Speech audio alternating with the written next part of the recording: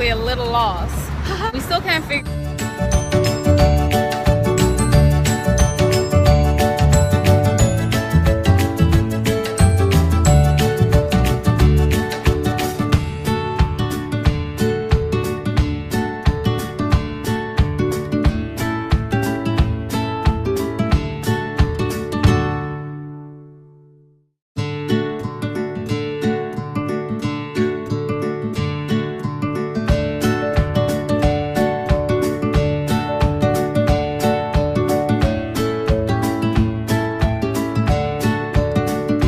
Fabulous.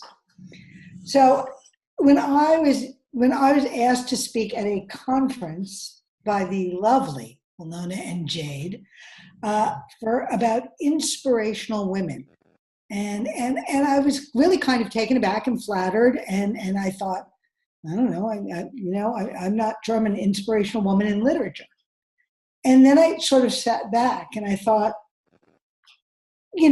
I'm flattered and I'm happy. And then I thought, it's kind of, what am I going to say? I mean, that was really my third thought, which is, what really am I going to say?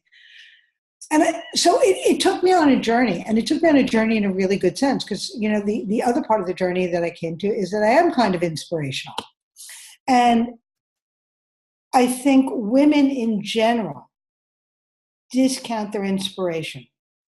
And there's two kinds of inspiration. I mean, there is the I'm inspired by inspiration, so someone who we like and all of that. But there's also the very personal inspiration. And what have we done to be inspirational? And, I thought about people that inspired me first. And the first one on that list is always going to be probably my grandmother. And, my grandmother came from, a shtetl outside of Kiev in the Ukraine. And I used to describe her, she died at 99 years old. And I used to say, she went from, dirt roads and no indoor plumbing to men on the moon. She just missed women on the moon by, that much. And, that's a really inspirational life. And it's inspirational doesn't have to be that you did something so extraordinary that it goes in a record book somewhere. Inspirational is that she lived with a great deal of love, and she's still remembered by her family for all of that love. And she traveled a huge journey. And that's a really inspirational story.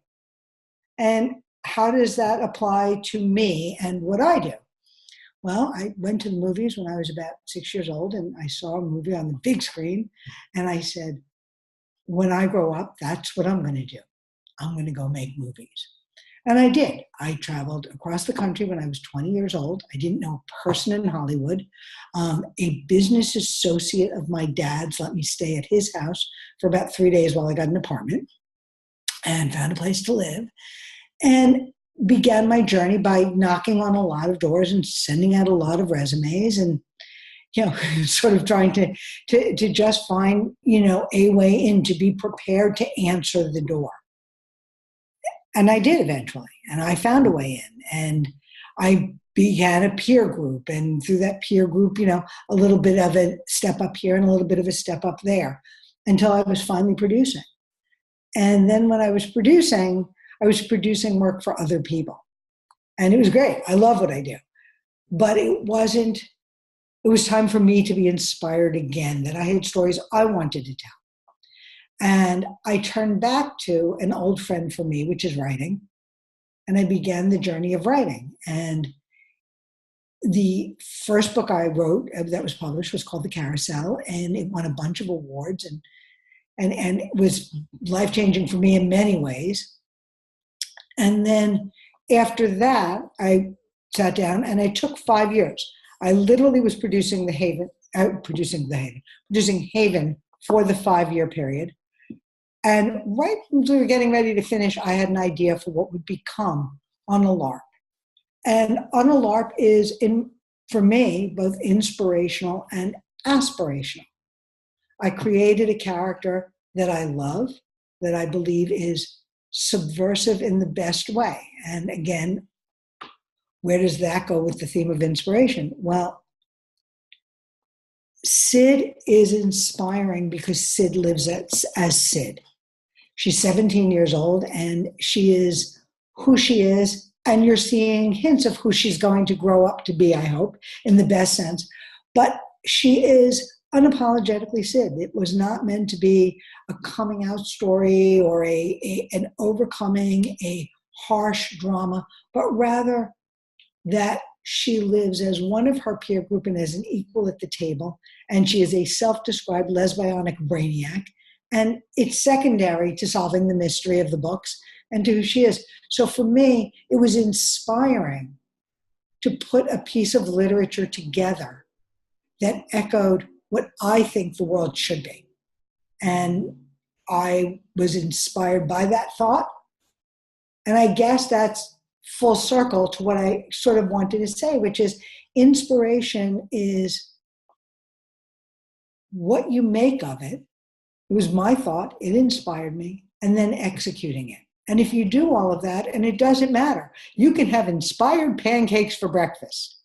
And got up and, and it was sort of like, I'm done with, a piece of toast. And the next thing you know, and that commitment to those pancakes is going to inspire somebody else. Maybe there'll be blueberry muffins, I don't know. But that for me is that beautiful balance of the two levels of inspiration. There's my level of inspiration, and then there's the hope that my inspiration is contagious and inspires somebody else's. And if we do it all well, we lift all of ourselves up. And that's kind of what I wanted to talk about for inspiration. So. Okay. Thank you, Stephanie. I'm sorry that you're seeing an empty thing right now. Hold on, I'm almost there. It's okay. I like the empty screen. It's hard looking at me. Wow. Thank you, Stephanie. Are there any questions online or in person? Okay, I have a question. But then I always have a question. So how was it going from producing behind the camera? Because I know you weren't a screenwriter. Oh, wow. Now I've got two questions. Okay, so I know you weren't a screenwriter. So how was it going from producing to writing? It's funny. When I produce, it's the death of 1,000 paper cuts. You have a script. And the good news is I get to be the top paper cutter. But it's still, the script is the script. And television production is by nature a very large group of opinions to be managed. When I write, it gets to be, just what I want to say, at least until the point where it goes to an editor who then points out all the flaws in my thinking. But it's my journey to have by myself. And it's a really nice balance. I consider myself an ambivert, somebody who is half introvert, half extrovert. And my life is kind of an ambiverted life. I go onto sets, I work with 120 people, and we chat and we work together in really intense things for, 14 hours a day. And then I get to sit in my office and just create this story that I want to tell. So it's sort of both ends, and it works really well for me. And my secondary question is, so you are used to working with marketing television shows, I'm assuming, trying to get them done and out there and creating an audience. How does any of that translate over to getting your book and having an audience for it? Because I keep seeing the numbers grow. It's hard. What it does is it gives you, I think, an inside reality check versus somebody who has no connection to it at all. You kind of understand that you have to reach to a certain number of people. If you know 10 people, that's not going to be enough to move the book. So you have to find a way to reach 100 people you don't know today. And what your options are. And I think you understand that in a nuts and bolts level. But the players in it, the execution of it, they're really a very different group. And that's the hard part, is that for all the people I know, I don't know the book world people as well. Even the agents are separate agents. Yeah, I noticed. I was like, okay. Can you tell us one thing? One of the people that you know that his name starts with an A and the last one starts with an S? One person I know who's first name starts with an A and last name starts with an S. I think you said you know this person. Okay, you're gonna have to give me more than that as I'm searching memory banks. Anyway, No, I just was hoping you would just blurt it out, but I was like, she's not blurting it out. Let me see if I can't coax it. Never mind.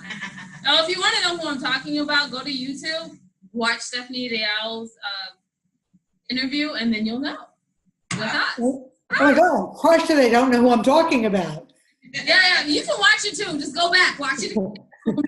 You know I'm going to have to do that. Yeah. But we also have friends of Stefani Deoul's and ours. Yay. And these friends happen to have a few thousand followers now on YouTube, and they keep growing and growing. And wait, did I thank Stefani? I did thank Stefani. Stefani, did I thank you? You know, seeing you is thanking me. Oh, I'm sorry. Thank you, Stefani. As I said on the phone call, you're more important than me. So just know that if I didn't thank you, it was a complete blank of mind thing. Okay, no, and I want to say one thing, which is for the people that are there, that are attending this, whether online or in the audience, I don't think, I think people don't know what a pleasure and inspiration it is to know the two of you. It was the first time I was interviewed by the two of you. You were hunkered down in a car. Okay, sure. So they were sitting in the car like this with a camera over them, trying to do an interview because they didn't want to miss the time and look flaky. It is perhaps my favorite interview I've ever done to this day. And I do a lot of interviews.